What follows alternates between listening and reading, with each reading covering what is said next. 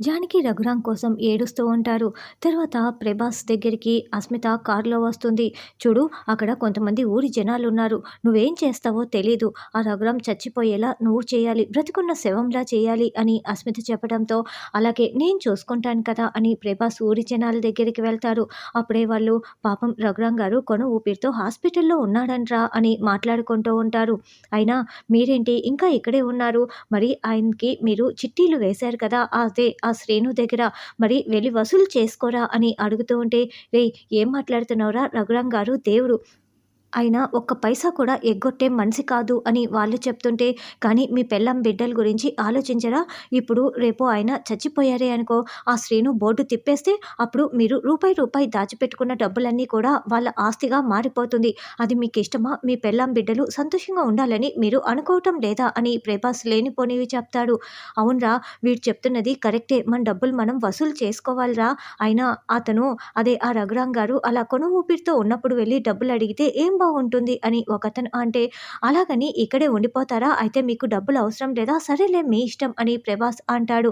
"లేదు లేదు, మాకు మా డబ్బులు, మా పెళ్ళాం బిడ్డలే ముఖ్యం. పదండ్రా వెళ్లి అడుగుదాం" అని ఒకరికి ఒకరు ఊరంతా చెప్పుకొని ఊరు జనాలందరూ హాస్పిటల్ దగ్గరికి వస్తూ ఉంటారు.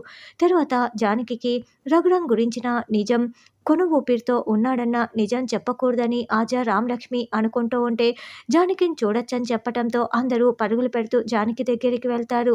"అమ్మా! అమ్మ" అంటూ రామలక్ష్మి చాలా ఏడుస్తూ జానకికి ముద్దులు కురిపిస్తూ ఉంటుంది. అప్పుడు జానకి "ఆయనెక్కడా? ఆయనెక్కడా?" అని అడుగుతూ ఉంటే, "అంటే వేరే గదిలో ఉన్నారు. మీరిద్దరూ ఒకరికి ఒకరు చూసుకోకూడదంట.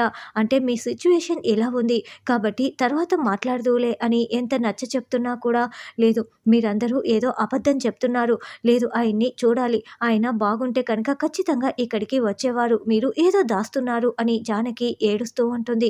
నేను చూడాలని పట్టుబడుతుంది. "లేదు, మేము ఇందాక డాక్టర్ గారిని అడిగి చూసాము వదినా. అయితే మీరిద్దరిని ఒకరు ఒకరు చూసుకోటానికి డాక్టర్ అనుమతించటం లేదు. అన్నయ్య బాగానే ఉన్నారు" అని పద్మ కూడా కవరింగులు చేస్తూ ఉంటుంది. "అవును అత్తయ్య, ముందు నువ్వు రెస్ట్ తీసుకో" అని శ్రీను, శౌర్య కూడా చెప్తూ ఉంటారు. "లేదు, అయితే మీరు ఆయన దగ్గరికి వెళ్లి నాతో ఫోన్‌లో మాట్లాడించండి" అని జానకి అంటుంది. "అది కాదు పెద్దమ్మ, హాస్పిటల్‌లో ఫోన్లు అలో చేయరు. రేడియేషన్ ప్రాబ్లమ్ ఉంటుంది కదా" అని ఆద్య, రామలక్ష్మి సర్ది చెప్తూ ఉంటారు. "లేదు లేదు, నేను ఆయన్ని చూసి తీరాల్సిందే" అని జానకి లేస్తూ ఉంటే, అప్పుడే డాక్టర్ కూడా అక్కడికొచ్చి, "లేదండి, మీరు వెళ్ళటానికి వీల్లేదు, వద్దండి" అని ఆద్య, రామలక్ష్మి డాక్టర్ ఎంత చెప్తున్నా కూడా వినకుండా జానకి లేచి వెళ్తూ ఉంటుంది. ఏ రూమ్‌లో ఉన్నాడా అని రూమ్‌లన్నీ చూస్తూ ఉంటే, "వద్దు, వద్దు" అని రామలక్ష్మి, ఆద్య అందరూ ఎంత చెప్తున్నా కూడా జానకి వెతుకుతూ రఘురాం ఉన్న గదిని కనిపెట్టేస్తుంది.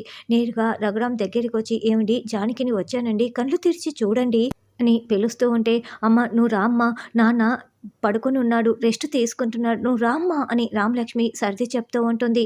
"లేదు, ఆయన కళ్ళు తెరవటం లేదు. ఎందుకు రామా అబద్ధం చెప్పావు? నాన్నకేమైంది? చెప్పు రామా, చెప్పు రామా" అని జానకి ఏడుస్తూ ఉంటుంది.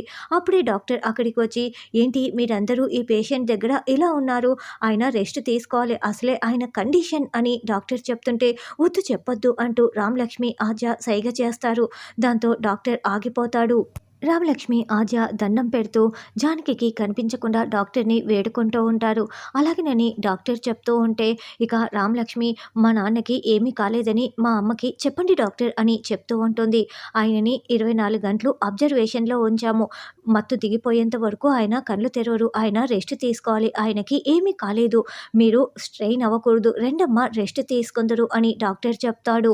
అప్పుడు జానకి, "ఆయనకేదైనా అయితే నేను ప్రాణాలతో ఉండను" అని చెప్తుంటే రామలక్ష్మి గుండెలు పగిలేలా ఏడుస్తూ ఉంటుంది.